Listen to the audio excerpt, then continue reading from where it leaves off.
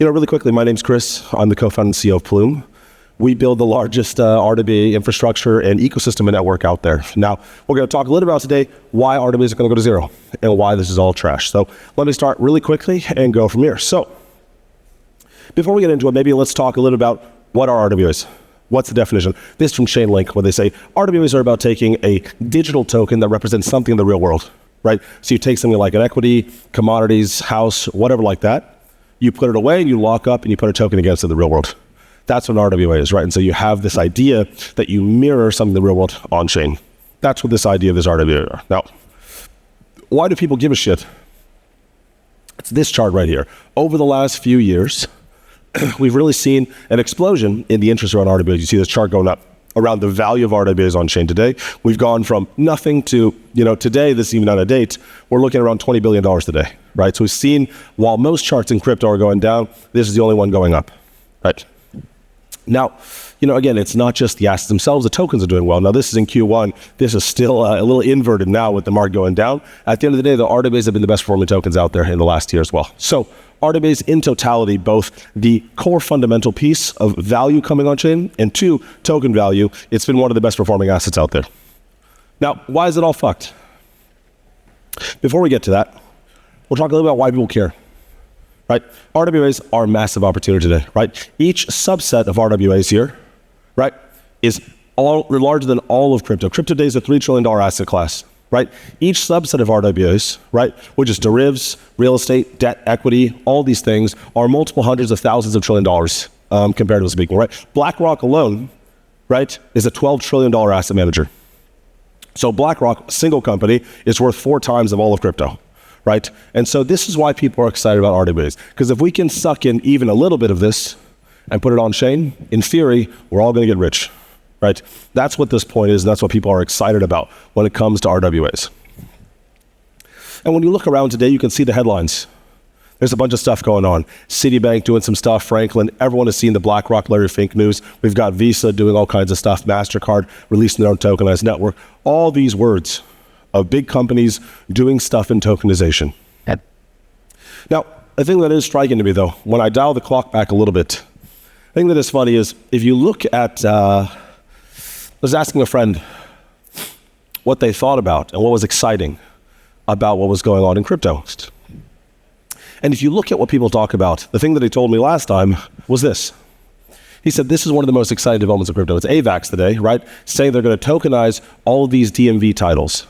Right? So 42 million car titles are now going to be on the Avalanche blockchain, right?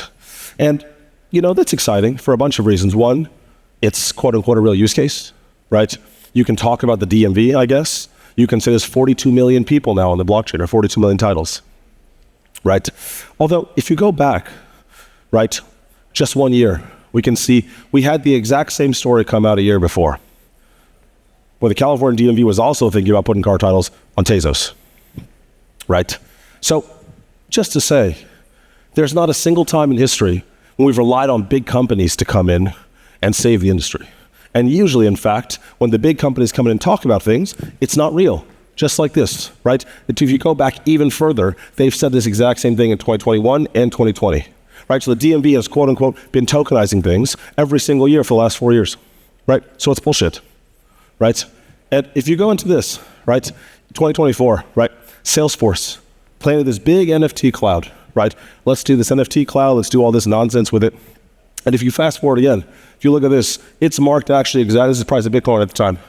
If you mark it to the NFT cloud announcement, it actually almost perfectly top ticks the chart before we just go completely downwards, right? So the institutions and their announcements of them coming to crypto is not going to save us. Right? It's almost always nonsense. Yet every time it happens, we get sucked up in this thing, we get excited, and we hope that's all going to happen, right? It's not going to help itself. So that's a short story of why this is all going the way it is, right? And if you zoom in on today, right? Now, how does technology change actually happen?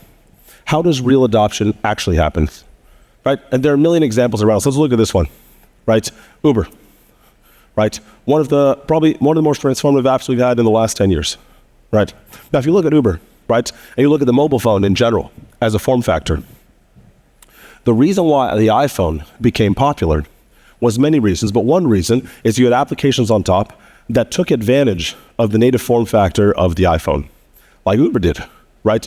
You could do things on the phone that you couldn't do on the desktop, right? You had things like location, you had push notifications, right? You had simple scrollability, so you could push a button and a car would come get you anywhere you had, right? That's not something you could do on the web or on the desktop, right? And so this what actually drove the adoption. Today, of course, on the iPhone, I can go to my bank account, I can read the news, I can do all kinds of nonsense. But when it started, it was mostly about using a new thing and having it fit to the sort of native architecture of the new technology paradigm. It's not about carbon copying the same thing that we used to do into a new ecosystem, right? That's not how change has ever been done, right? And it actually bears out in the stats as well. If you look at the quote-unquote RWAs that are happening today on-chain, you can see very quickly that it doesn't actually have the same feel. If you look at today, the things that are going on, BlackRock's BUIDL product, 625 million TVL, 35 holders. Ondo's OUSG, 482 mil, 52. He's a little bit out of date now, right? But this is kind of where it is. If you look at the other side, the more DeFi and crypto native version of these products, right? Maker today, 4 billion in TVL, over 100,000 holders, right? They're DAI, right, at least. Pendle, 3 billion, right, over 50,000 holders. Tons and tons and billions of dollars of volume. One of these is not like the other, right? The crypto native version in which you take a real world asset and you transform it into something that feels like crypto, meaning I can swap, stake, lend, borrow, and I can just use it the way I use anything in crypto, right? Clearly works, and the other side has 17 buyers, right? So it's not about copying the exact same things we did and putting it on chain. We can do that, and we can take these car titles and put it on the Avalanche blockchain if we want. But nobody gives a shit, as the numbers tell us. What we actually want are to transform these products into crypto native versions of what they should be, right? And when that happens, you get Uber. When that happens, you get DAI, you get Pendle, right? When you don't, you get things like BUIDL, right? Now, the reason why I say RWAs are going to zero is that the stablecoin is a good example of the only RWA and the best RWA that's ever happened, right? Every RWA today is tiny, 12.5 billion, it's about $20 billion today, right? Whereas stablecoins are 200 billion and 250 billion right now. These are slightly out of date, right? So it's very clear one is better than the other, right? And the reason why is this: the stablecoin is not and often gets forgotten in the conversation of RWAs. A stablecoin, right, is just crypto to most people, right? You swap into however you want. It's composable across DeFi. It doesn't feel like an RWA. It just feels like stables, right? It's its own thing. And that's why the naming across the stablecoin has transcended this RWA category, right? The stablecoin is a descriptive name. It describes what this thing does. It is a coin that is stable, right? Versus RWAs, real world assets, is a generic category, right? That sums up a bunch of stuff together that shouldn't even be grouped together, right? RWAs today have Pokemon cards, financial instruments, right? Things like solar, gold. There's not a category in the world where you take all those things and put them together. So almost definitionally, when you put things into the RWA category, it means it doesn't work. It means nobody gives a shit. When it works, a name comes out of it that describes what it actually does, right? Like today, people are beginning to talk about tokenized equities. Today, people want to tokenize private credit, right? When there's demand and utility, it begins to change its format into something useful. RWAs as a category is going to disappear and die and go to zero. Right. Now, what do we do? I run Plume today. I'm the co-founder CEO. We're the largest ecosystem around RWAs out there. Right. We have over 200 projects building on us, represents over $10 billion in assets. We've got the largest community, over 1 million followers on Twitter, 18 million wallets on our chain now, 400 million transactions and all of that, right? And we work with everybody today. We have a bunch of institutional relationships. We raised over $30 million from folks like Han, Apollo Global, Galaxy, Brevin Howard, right? We have a huge community across these different channels as well. So that's a short story, right? We obviously are bullish on the future, right?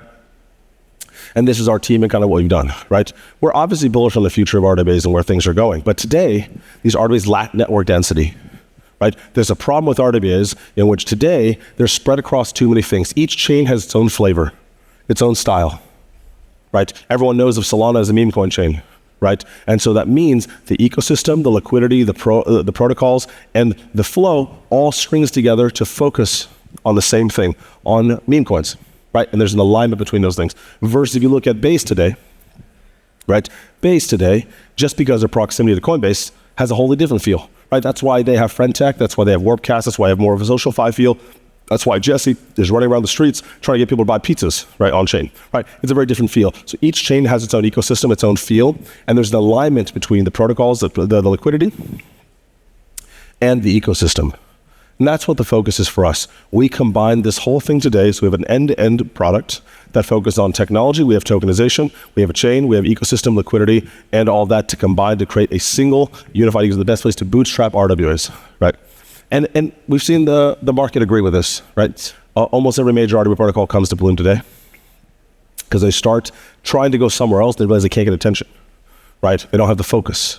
And so we've built all these things together. So this founder says, look, they had a whole partnership with Base, went out and did the whole thing, right? And the problem with this is, unfortunately, after a bit of time, they did a whole launch. Unfortunately, 0 users, 0 buyers, nothing happened.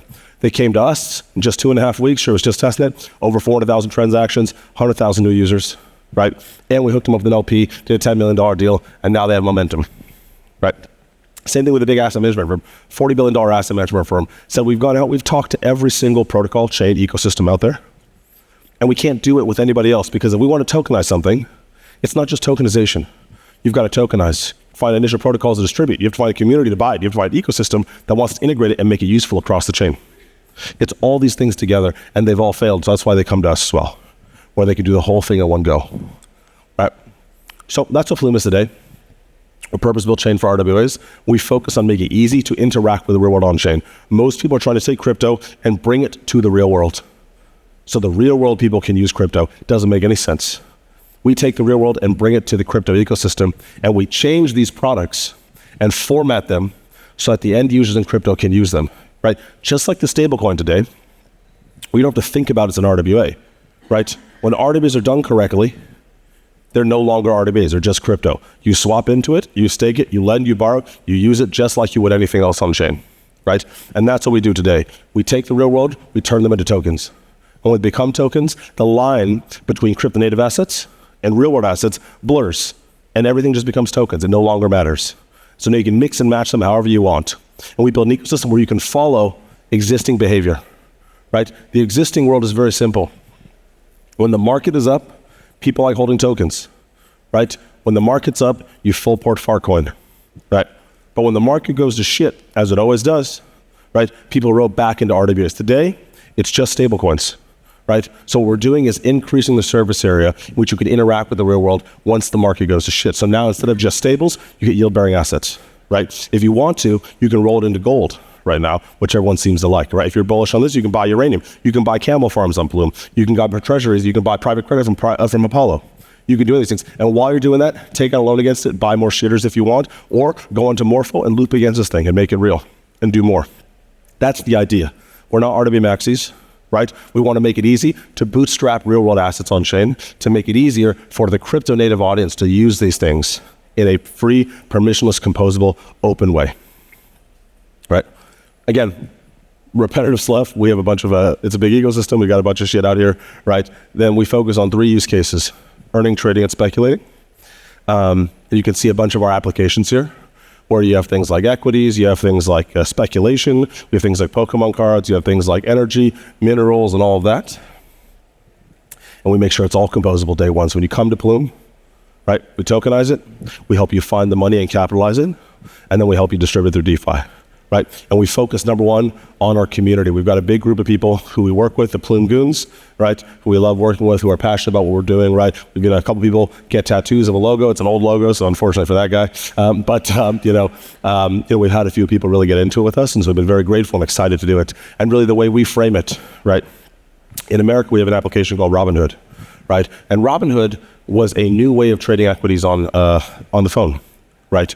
You could download the app and you could trade for free. And it opened up a new world, right, where the retail user could actually trade equities in a meaningful way.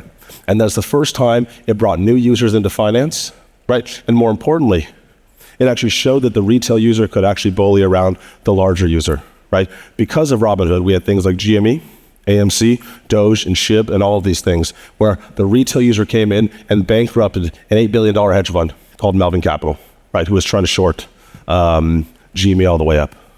Right? And so we are likening ourselves to a new version of Robinhood, right? Where we focus ourselves, Robert, we build a new network that's focused on the individual and the user and the crypto native audience to help make these assets work and make them useful on chain. Anyway, if anyone has questions, comments, I'm always down to chat about RWAs despite my voice a little bit. Again, for anyone who's interested in this kind of stuff, please find us anytime. We're always around to chat, and thank you for having me today. Appreciate it.